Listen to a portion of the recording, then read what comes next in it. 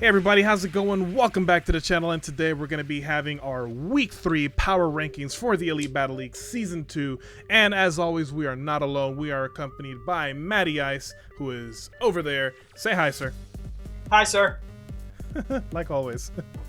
Anyways, guys, so this was a pretty interesting week because this week, let's see, because we were talking about it not too long ago. So this week basically solidifies, not really solidifies, but I guess it implicates who may not make it to the playoffs, who does secure their spot for the playoffs, and who, or at the very least for this week, who would secure first place in their respective divisions. Not solidified out throughout the whole season overall, of course, just I guess for that week, because I think we had some joint placeholders. Is that right?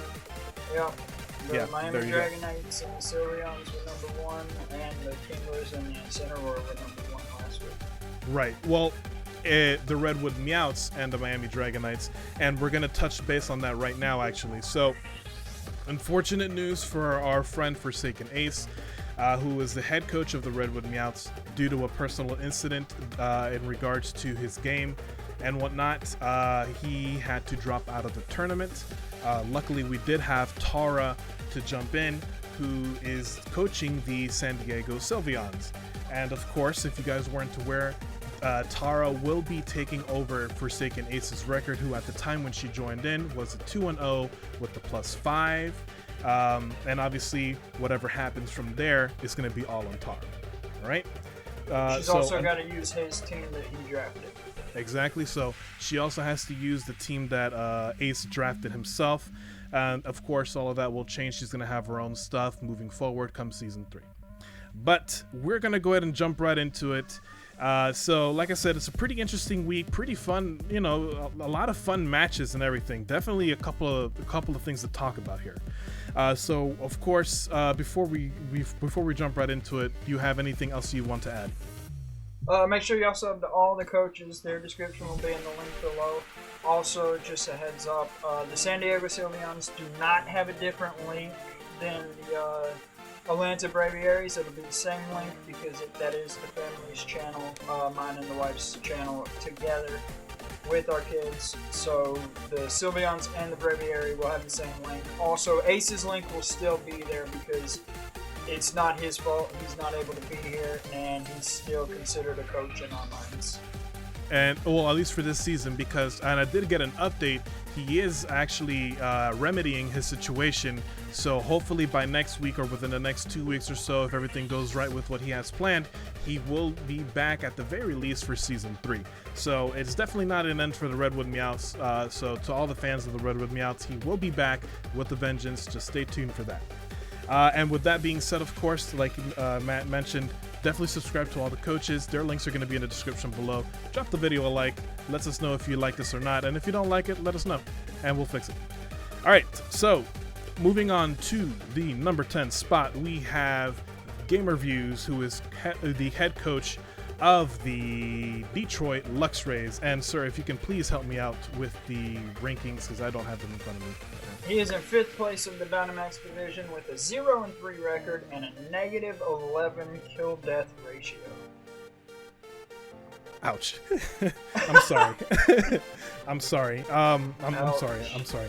Yeah, so definitely not the best of starts for the Detroit Lux Rays. Again, I have hope that they will at least get a win. Hopefully, I'm hoping that they get a win somewhere in the season, in the regular season. However, this does put them in a tricky spot in regards to playoffs. So far, I believe they need to win one more match, or this match, or 2 matches, or something like that. I'm not really good at this, but they've got to win both. They got to win both, and okay, hope that the Sylveons and the Braviary both drop. The Sylveons need to drop 2 games, and the Braviary need to not win another game. Okay, there you have it. So that's his game plan if it pans out for him to be able to hit the playoffs. My eyes are hurting with my computer, and I changed them, so I'm going to swap out glasses right quick. I'm sorry. But let's go ahead and talk about these matches here. So I believe, if I'm not mistaken, Game Reviews was facing the Atlanta Braviaries, correct? Correct. So let's talk about this here. Definitely, he was definitely I believe he had a strategy. I got to tell you, the Blaziken lasted a lot longer than I would have expected it to. So he definitely did a good job on that. I think that you Gigantamaxing that Sandaconda threw him for a loop, and he wasn't expecting that, which we'll get to you once we get to you, of course. But still a little sticky situation because he hasn't won a match yet, which is why he's currently ranked at number 10. What do you have to say, sir? Definitely the baton pass into the Luxray Lucario, into the Lucario definitely helped him out a lot, because at that point in the matchup, it was actually 4-2, or not 4-2, 6-2. He had only, or 0-2. He hadn't killed any Pokemon on the Braviary side up to that point, and the Braviary seemed to be in full control of the match up to that point, and having the speed boost on the Lucario let it outspeed everything. If I'm not mistaken, it probably would have outsped. Probably did. My brain is dead. Probably did or would have outsped Excadrill even in the sand. Mm-hmm. So yeah. And then he also got up a Max Knuckle, which gave it +1 attack. So you're looking at a +1 attack, +5 speed on a Lucario. Dangerous situation to be in. But he, and he got a few kills, was able to keep it decently close. His KD was already bad. He kept it close enough to not do more than necessary damage to his kill death ratio. That -11 is not good, but that's not going to keep him. That doesn't necessarily have to keep him from turning it around either. Right. Of course, there's still hope for him. Like we went over, there's still hope for him to be able to secure a spot for the playoffs, but it's going to take a little bit of work on the Luxray side in order to make that happen. Before we move on to the number 9, will you have anything else to say before we move on? Yeah, luckily for the Luxrays, one of the 2 matches they have left, because they have to win both, and they have to hope the Sylveons lose 1 and the Braviary lose 2, right? Okay. They are in control of whether the Sylveons lose that 1, because they can take on the Sylveon, or they do take on the Sylveons this coming week. So he's got full control over that aspect.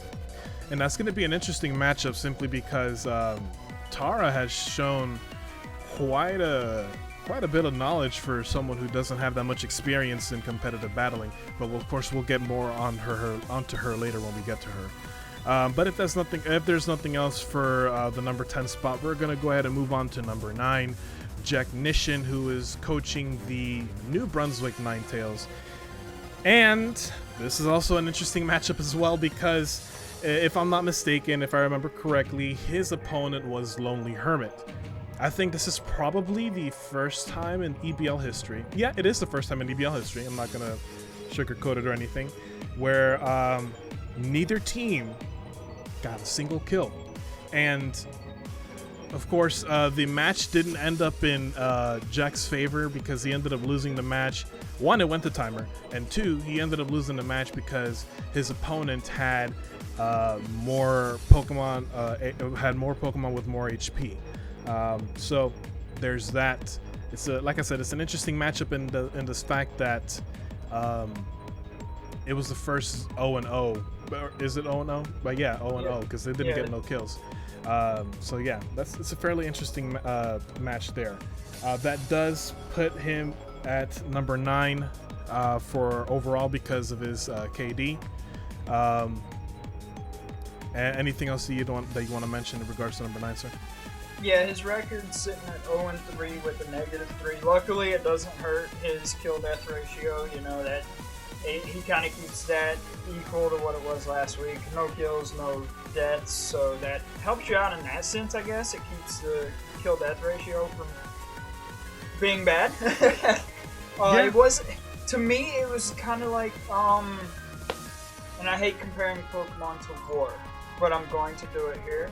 The Cold War, where there wasn't the Russians and the Americans didn't get along. They were infighting and everything, throwing jabs at each other, stuff like that. But nothing ever really happened. You know what I mean? Yeah. So that's what that match kind of felt like. Was like they were just like poking each other to see if they can get a reaction, basically. And it ended up being a tickle fight. But that's what it turned into to me. That's I think very interesting theory there. Not theory, but analogy there. I'm sorry. Go ahead. Well, I think they both had decent strategies going into it, but neither one of them flipped the switch and was like, okay, I'm attacking now. They both kept trying to switch, get the right Pokemon in there. Sometimes you're not going to get the right Pokemon in there. Just attack, guys. That's my opinion. True. But sometimes it's just sometimes instead of just aiming, sometimes you gotta shoot too. Or let something go down. You can bring something in that benefits you at that point. Yeah. But For sure. It 0-0 battle. It was something the EBL's never seen before, so I'm excited to have that. Now all that's left, honestly, as far as the score chart goes for Elite Battle League, is we need a sweep. There you go. We need a sweep, and we still yet to see a sweep. No one has. Definitely, from what we've seen so far, the battles, everyone has the potential to actually do a sweep. We just haven't seen it yet. That's going to be very exciting and unfortunate for the team that experiences that sweep. But if there's nothing else to say on number 9, we're going to move on to number 8. Number 8 is actually held by Lonely Hermit. Oh, before we jump right into number 8, what was Jek's standings and his rankings, please? 0-3, -3. And he is what in his respective division? He is 5th in the Mega Division. Also, guys, the 5th place team in each division does get eliminated from the playoffs after the 5 weeks of the regular season. It's unfortunate. So, everybody, work your butts off. All right, so number 8 spot, as I mentioned earlier, is held by Lonely Hermit, who is coaching the LA Inferno, who also was Jechnician's opponent in said battle. So Lonely Hermit currently stands at a what, sir? 1-2 with a -6. Okay, 1-2 with a -6. So, previously sitting in the 4th spot of the Mega Division. Previously, Lonely Hermit was at number 9 last week. He jumped up to number 8 because he did ultimately score the win. So this is good. He's moving up with the rankings. Again, it was just back and forth. Just try to hit some Pokemon. In the next battle. Well, I mean, I don't know. Like his team. I don't know. His team. Not Hermit's team, but Jek's team. Kind of makes you want to think too, so I kind of understand Hermit as well. Yeah. Because I kind of understand him, but still. I do like that they basically switched positions this week in the power ranking. Basically, what we did was let them decide, okay, who's going to be number 8? Who's going to be the best of the worst? And no offense to them, they're not bad battlers. That's not what I meant by that. But best of the worst with the worst records is what I meant. I think it's interesting to see that Josh was able to take that, even though it was just HP that took it for him, His strategy was basically, especially at the end, heal. He was roosting with that Corviknight. And had he not roosted, we're possibly looking at him still being number 9 this week. And, 0-3 with a -6. That's going to be hard to bounce from. It would be similar to the Luxrays at 0-3 and -11, How do you come back from that? The thing is that I feel both players play defensively, which is no bad thing because, it still helps their KD at the end of the day. Both can definitely afford to play more offensively. I would love to see... I'm not gonna lie. I have faith in Josh in order for us to see a good, not a good, because his matches weren't bad per se, but something another win. In other words, I definitely have faith in seeing Josh scoring another win, because he has a really good team, and I feel like he can do it. I still have faith in Hermit. I would like to say with both of these guys, they're both brand new to the Elite Battle League. They've both admitted they're not competitive Pokemon players. So give them more time. Let's see them get used to their team, and maybe these last 2 weeks they both turn it on and flip the switch. Hey, it's very well possible. It's very well possible. And like I said, I'm hoping to see a lot of good stuff coming from Hermit's team. So that does, at least for me, that does wrap up what I have to say about number 8. What about you, sir? All right, perfect. Let's move on to number 7. I didn't even give you a chance to speak. If we can, real quick, we forgot to mention the Detroit Lux Rays did not move from number 10. So number 10 stayed the same, and then 8 and 9 flipped from last week. So I want to try to keep y'all updated on where teams were last week compared to where they are this week. Perfect. So speaking of another change, we have Fus-Ro-Dab, who is coaching the Everglade Entes, and his current standings are what, sir? He is currently 1 and 2 with a -3 kill-death ratio. And where is he at in his division? He is ranked 3rd in the Mega Division. Okay, so about Fus. Fus, great battler. We've all said this. He shows it. His battles were always close, even with his team currently now. So I think definitely Fus is definitely getting better. Unfortunately, he's caught in this downward spiral. Hopefully, he's able to bounce back from this from this hitch that he's undergoing. And maybe we'll see him score some wins. I believe next week, if I'm not mistaken, for week 4 or 5. Yeah, is it week 4? Yeah, week 4. Yeah, so I believe he is fighting the Iowa Incineroar, correct or no? I'm not sure, to be honest. I thought it was the LA Inferno. No, the LA Inferno, he fought them week. Yeah, he fought Josh versus Josh was week 1. No, you're right. Iowa Incineroar. All right, so he is facing the Iowa. Yes, it was. So he is facing the Iowa Incineroar. So let's see, hopefully, or let's see if he's able to, bounce back from his downward spiral. But again, he is currently at the number 7 spot. I can hear the slight disappointment, or not really disappointment, but I guess because when he said that he doesn't really know what to do, there was a hint of, I don't want to say despair, but I can't find another word. So if you guys can find another word, again, please don't take offense to what I'm saying. I'm dumb, and if you find another word to try to describe what I'm saying, please drop it below. But don't take offense to it. I heard a hint of despair, I guess, when he realized that things weren't going his way. But either way, Fus is going to bounce back. I have faith in him too. Anything to say about Fus before we jump right into number 6? Yeah, he came off week 1.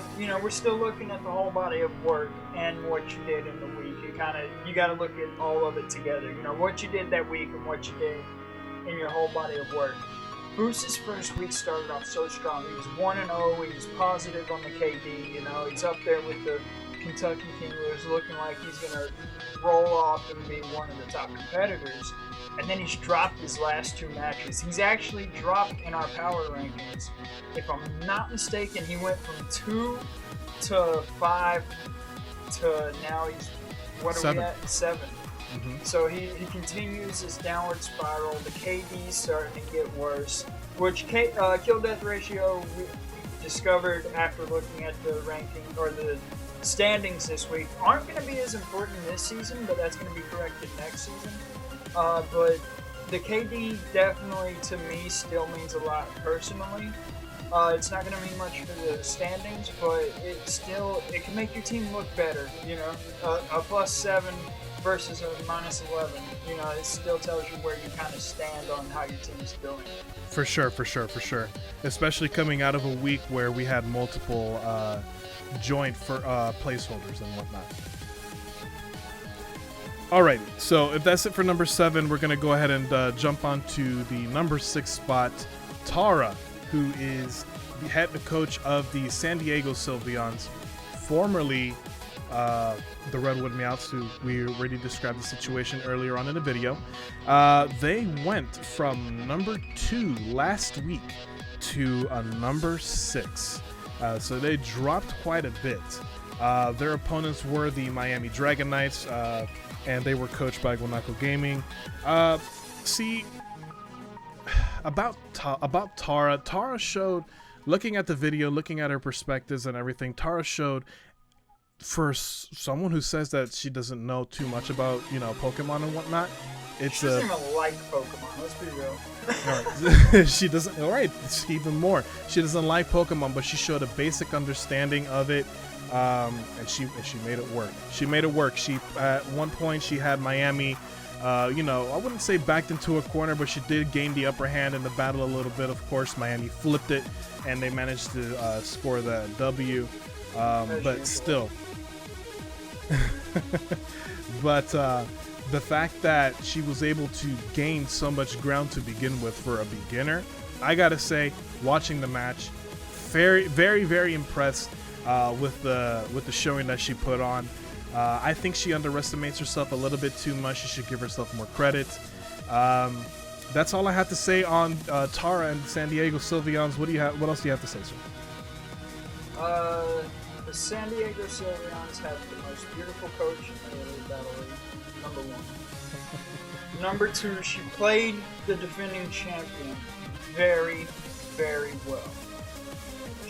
She did as good as anyone can expect her to do when she's coming off the bench, not really knowing much about Pokemon to begin with, and basically came up with a decent enough strategy to keep the game close, and she's still got a shot at the playoffs, so that it's definitely a good idea to keep an eye on her. I'm liking what she's doing, obviously. Biased, I'll go ahead and call it. I'm biased. She's my wife. I'm going to be biased.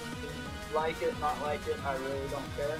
But I'm going to support her 100% and believe that she can definitely come back and do better next week. Alrighty. So we, I guess that's it for number 6 spot. Let's go ahead and jump on to number 5. Infernomen, who is the head coach of the Iowa Incineroar. So, another good matchup, another close battle. I believe, if I'm not mistaken, Infernomen went up against the Kentucky Kinglers, and that was a very good battle. I rewatched it again because I did enjoy that battle a lot. It's one of my favorite battles of this week. I think it's game of the week. Yeah, I agree. And Infernomen played a really good game. He had a strategy, he followed it.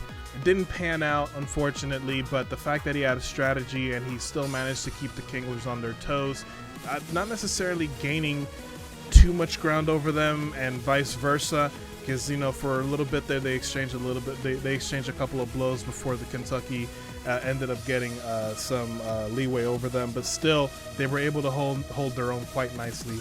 The Quagsire strategy against the Cinderace, it seems sound and everything.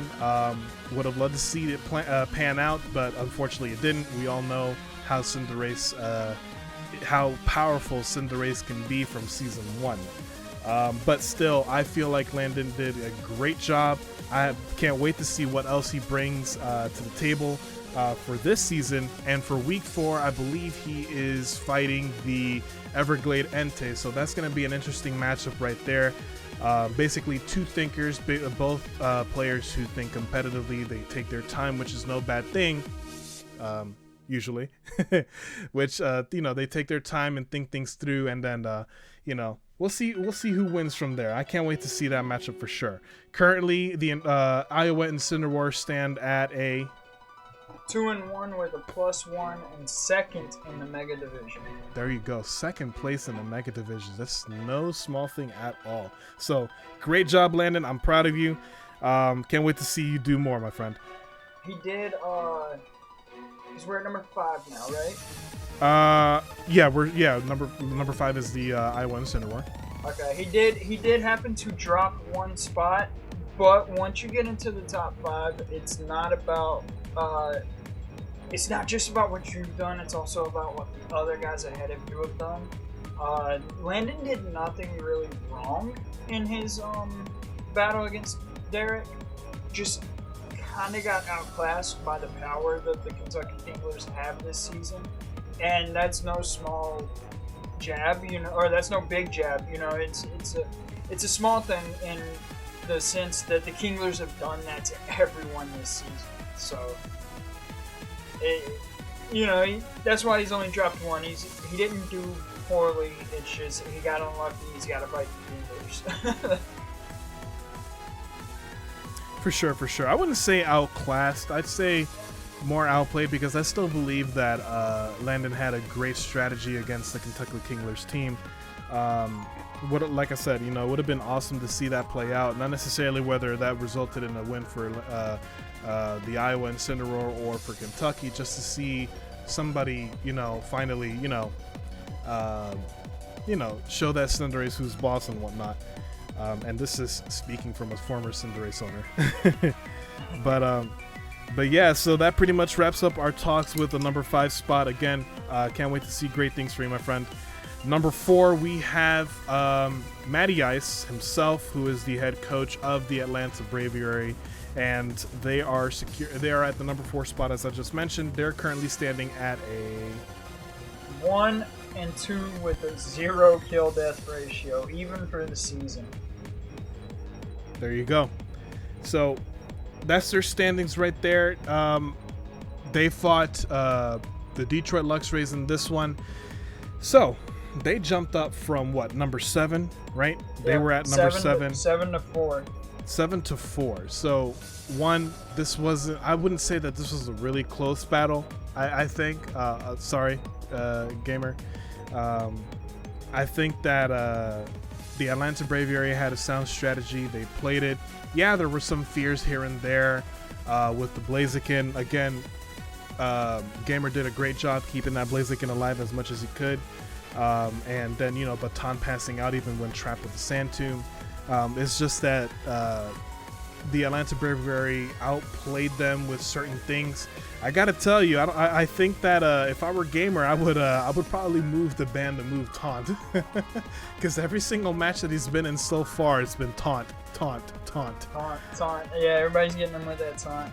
Yeah, everybody's hitting them with the Taunt. So I can understand the frustration, and even though he didn't show that emotion as much in this battle, the pauses that he did, things that the Atlanta Braviary did to take him by surprise, it was evident. But still, great plays on the Atlanta Braviary's part.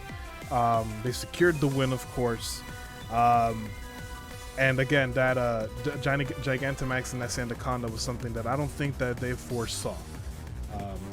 And if they did, the Sand Spit ability isn't something that they should, that he should take lightly in the future. But that's what I have to say on that matchup. Anything that you'd like to point out to? Just the fact that it could have been worse for the Luxrays. The Braviary were rolling in a sense. They had all the momentum on their side, and like I said when we talked about the Luxrays sitting at number 10, definitely helped out the Luxrays when they were able to get the speed boost baton pass onto the Lucario. Had it not been for that, we could be talking about the Braviary possibly be moving up even further. Because if you sweep, you might move up quite a bit if you get a sweep.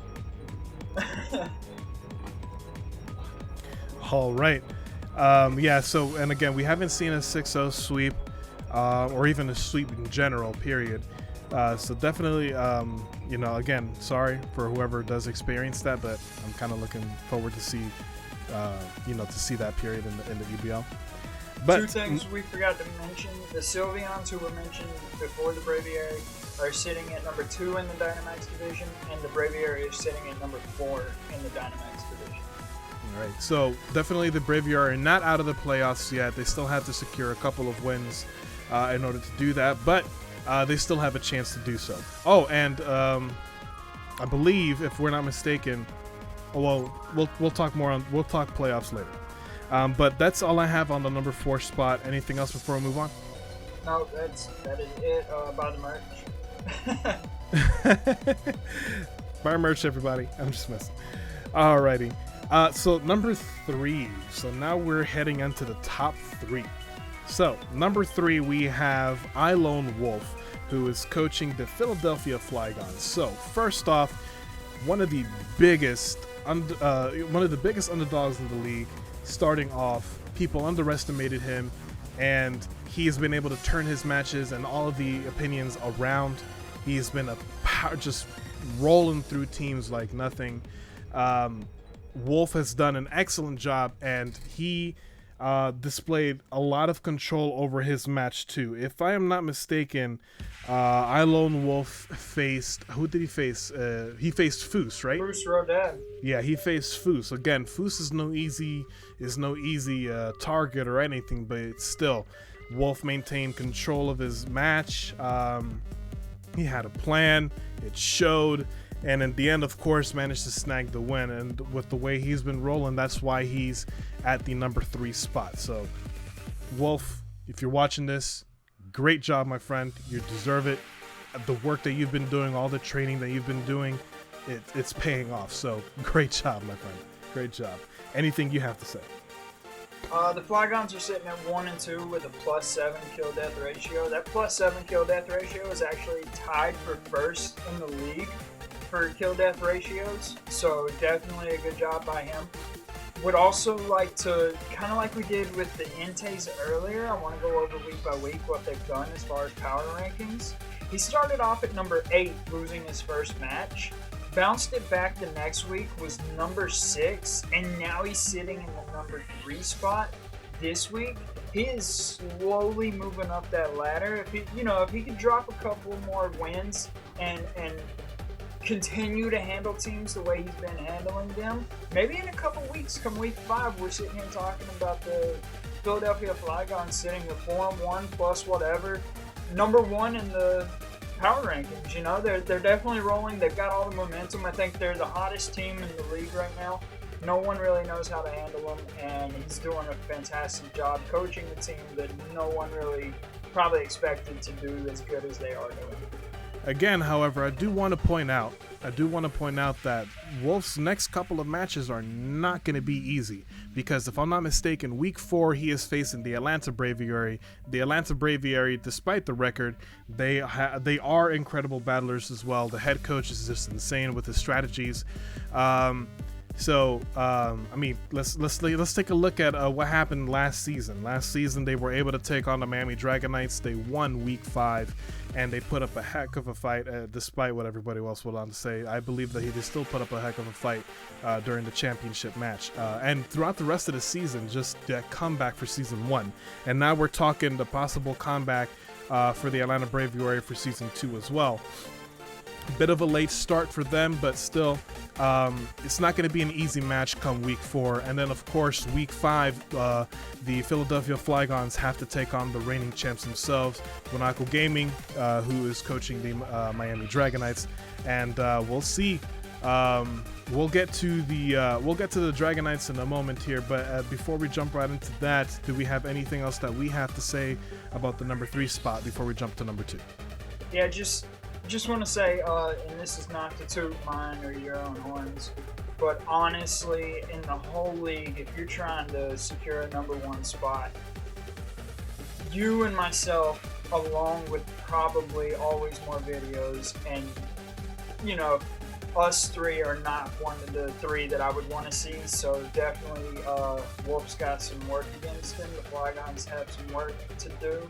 Yeah. But they won me over, I truly believe, and it's got me nervous for the battle coming up week 4, because I truly believe Wolf can knock out any team on any given Saturday, and he can do it. So I'm doing research more than any other battle I've had all season, and I'm not sleeping on the freaking Philadelphia Flygons. Yeah, and that's one thing that you never want to do. It doesn't matter if they have experience or not. Look at Tara; she played really well against the Miami Dragonites. Don't underestimate your opponent, and more important, yeah, that's all I really can say is just don't underestimate your opponent, because you never know what they're gonna come out with out of left field and just boom, knock you right out. I feel like that's what a lot of people did with Wolf, and now we're looking at a number 3 spot, top 3 of the entire league. So definitely do not underestimate your opponent. Do all of your research. And yeah, that's all I have to say on number 3. So we're ready to move on to number 2, right? Yep. All right, so moving on to number 2, we have Guanaco Gaming, who is coaching the Miami Dragon Knights themselves. So a couple of things on the Dragon Knights. First things first, they are still currently undefeated, 3-0. I believe that this match left them with the plus. What's their standing? I think it's a +7, right? Yeah, +7, tied with the Flagons for number 1 on kill death ratio. Right, so up with the +7. So again, Miami Dragon Knights are showing why, why they were able to win the championship last season. Although, as some of the as Lonely Hermit and TimmyB have mentioned in their weekly roundups, they're not exactly dominating the battlefield as they once did. So, I mean, at the end of the day, at the end of the day, you still have to look at what the team has been doing. They're still currently undefeated. What do you have to say on this battle? I believe the Dragon Knights... Yeah, that's right. Of course, I keep forgetting. The Dragon Knights fought the San Diego Sylveons. They still managed to pull the win. I think the best part of that match was the Rillaboom one-shotting that Buzzwole. And I think it was at a +1 or +2 or something like that. Yeah, the Dragon Knights are interesting because I slightly disagree with what was mentioned on our what would they be? Yeah, there's a word for it. I'll think of it later. But the guys from the roundup, I disagree with them slightly because if you look at all 3 matches of the Dragon Knights, and I know you said you agree with them, but a 3-0 win, a 2-0 win, a 2-0 win, and it's always coming back late game. Yes, the Dragon Knights are having to come back at the end of the matches to win them, but the strategy is still there. Okay, I'm going to hold this Pokemon back. I'm going to send it out late game. It's going to have the moves that I need to take out the last 2 Pokemon that this other coach has. I'm able to take them down, and that's the way the Dragon Knights seem to be playing for me. It's like in a baseball game where you save all your stuff for your last 2 innings and you just knock it out. Screw the Dodgers from last night. That's what they did to the Braves, and that's what I feel like the Dragon Knights are doing to the teams they're playing in the Elite Battle League. Definitely a good team, wonderful team, and showing why they're sitting number 1 in the Dynamax division and looking strong heading into the playoffs. For sure, and I think this match did wrap up and secure their spots for the playoffs. This win was what they needed to make it there. So again, I mean, I appreciate your theory on that.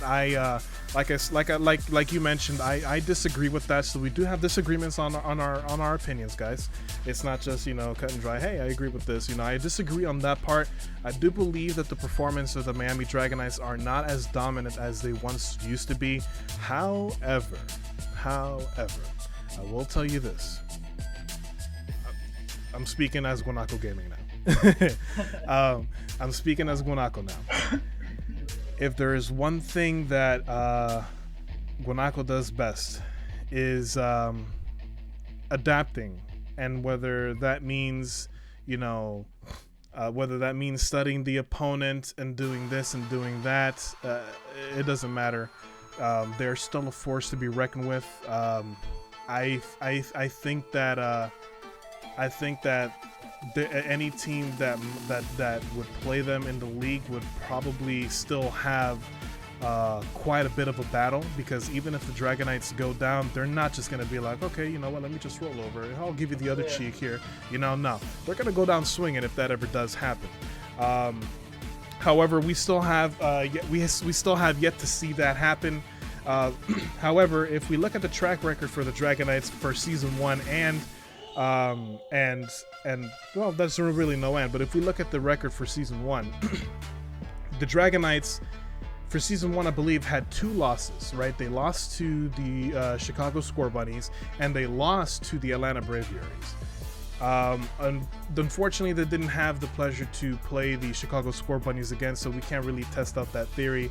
However, the Dragon Knights and Guanaco Gaming as a competitive battler, me, I can tell you right now that they lose once and they don't lose again. Yeah. I'm kidding. That's too much of a bold statement.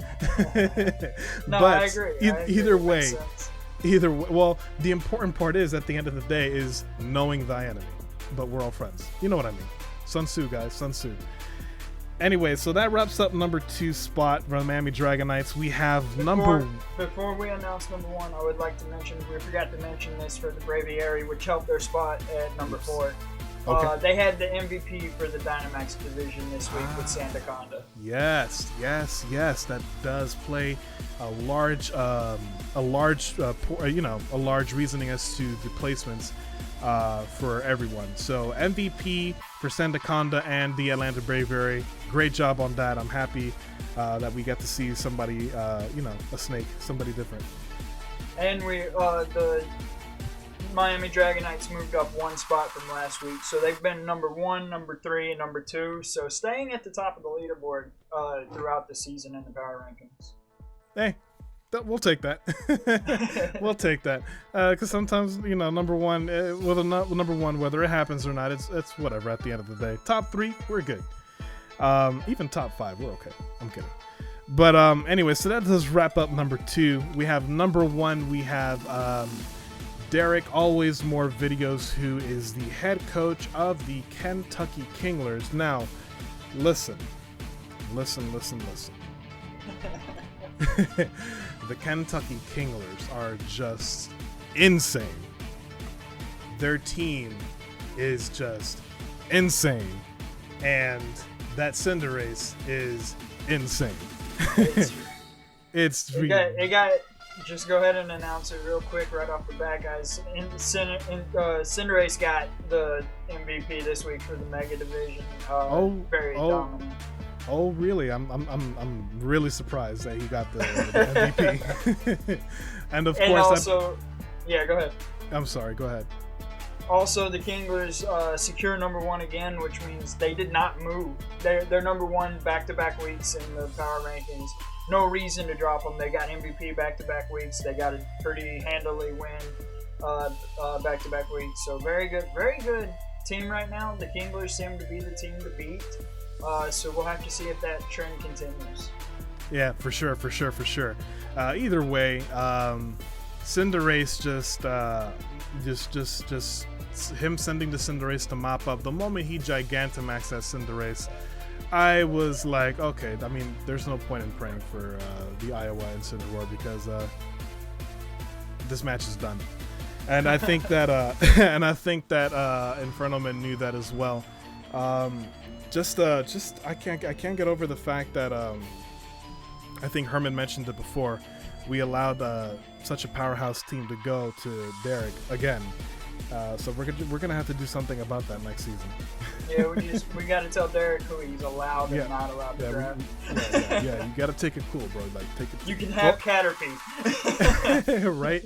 Just take the Caterpie. Cógelo con el take it easy, okay? Hey, the thing is, Derek will take the Caterpie and it'll still be number 1 next season. That is crazy. All he has to do is just bring it out. It serves as a decoy and dies, and that's it. Yeah. Serves as a clean switching.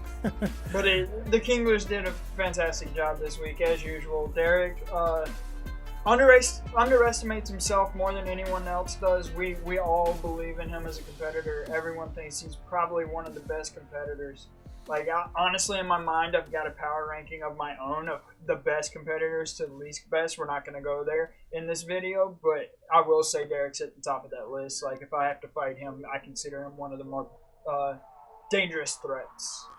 You know, I gotta disagree with you on the first part there. I agree with you on the top part of the list and him being number 1 and everything. I agree with you wholeheartedly there. I mean, the facts show, the videos show it, all of that. There's no disagreement there. What I do disagree on with you is the fact that you mentioned that he doubts himself and he doesn't have much confidence. Maybe that was the case last season. I don't see that. Watching his videos, I don't see that happening this season. And there is something that I do want to mention that he did, that I did in my match against the Braviary. He intentionally brought out the Salamence, decided to do a quick D-dance as a tester to see what the Iowa Incineroar were going to be dishing out. That is a risky play, okay, especially considering the damage that a Salamence can do. And to lose such a valuable Pokemon was definitely a risky play, which is exactly what I did in week 2 when facing the Braviary when I let the Charizard go down. I specifically said, you know what, let me see if this is the case. If he goes down, then this happened. So Charizard is the tester. And that was the case with him. So interesting strategy that I picked up. Again, it was one of my favorite matches of this whole week, so I did rewatch that as well. And again, I don't think that he doubts himself this season. I think he has a newfound confidence, and with good reason. But that is it, at least for wrapping up the number 1 spot. So just to give you a quick rundown, at the number 1 spot we have the Kentucky Kinglers, coached by Derek, always more videos. Number 2 we have the Miami Dragonites, coached by Guanaco Gaming. Number 3 we have the Philadelphia Flygons, coached by iLoneWolf. Number 4 we have the Atlanta Braviary, coached by MattyIce, aka Stone Family 64. Number 5 spot we have the Iowa Incineroar, coached by Infernomen. Number 6, the San Diego Sylveons, coached by Tara, again, newcomer. Number 7, we have the Everglade Entei, coached by Fus-Ro-Dab. Number 8, LA Inferno, coached by Lonely Hermit. Number 9, the New Brunswick Ninetales, coached by Jechnician. And number 10, we have the Detroit Luxrays, coached by Gamer Views. So we just got to wait to see what week 4 brings us. It's going to be a fairly interesting match. And again, this is going to implicate even further which teams still have a spot for the playoffs, and who, or not really still, but which teams can still make it to the playoffs. I'm not sure if I said that right. Please correct me. Again, I suck at this. You're good. Okay, so we're good on that. So still, we can't wait to see what week 4 brings us. That is it from me, at least. Do you have anything else that you'd like to mention? Just a quick heads up on four of the 8 teams for the playoffs have secured a spot already. The Miami Dragonites, the Philadelphia Flygons have secured a spot in the Dynamax division side of the playoffs, and the Kentucky Kinglers and the Iowa Incineroars have already secured a spot in the Mega side. So there are 3 teams fighting for 2 spots on both sides. The other 2 teams can just kind of sit back, relax, and kind of just let it go and see what happens. For sure, for sure. But that's all I've got. Alrighty, so if that is all we all have to say, guys, much thanks for coming on out and supporting. If you're watching the league as a viewer, of course, don't forget to comment who you're supporting. Check all of the coaches out. Their links are going to be in the description below. Just even if you don't like competitive battling, just show them some love. They're amazing people, great content creators, and others are amazing at other things as well. So definitely give them a follow, subscribing, all that good stuff. Drop a like on the video, make it turn blue, and subscribe to the channel as well. And don't forget to subscribe to MattyIce. His link is also going to be in the description below. That is it for me, guys. I want to thank you guys again, and peace.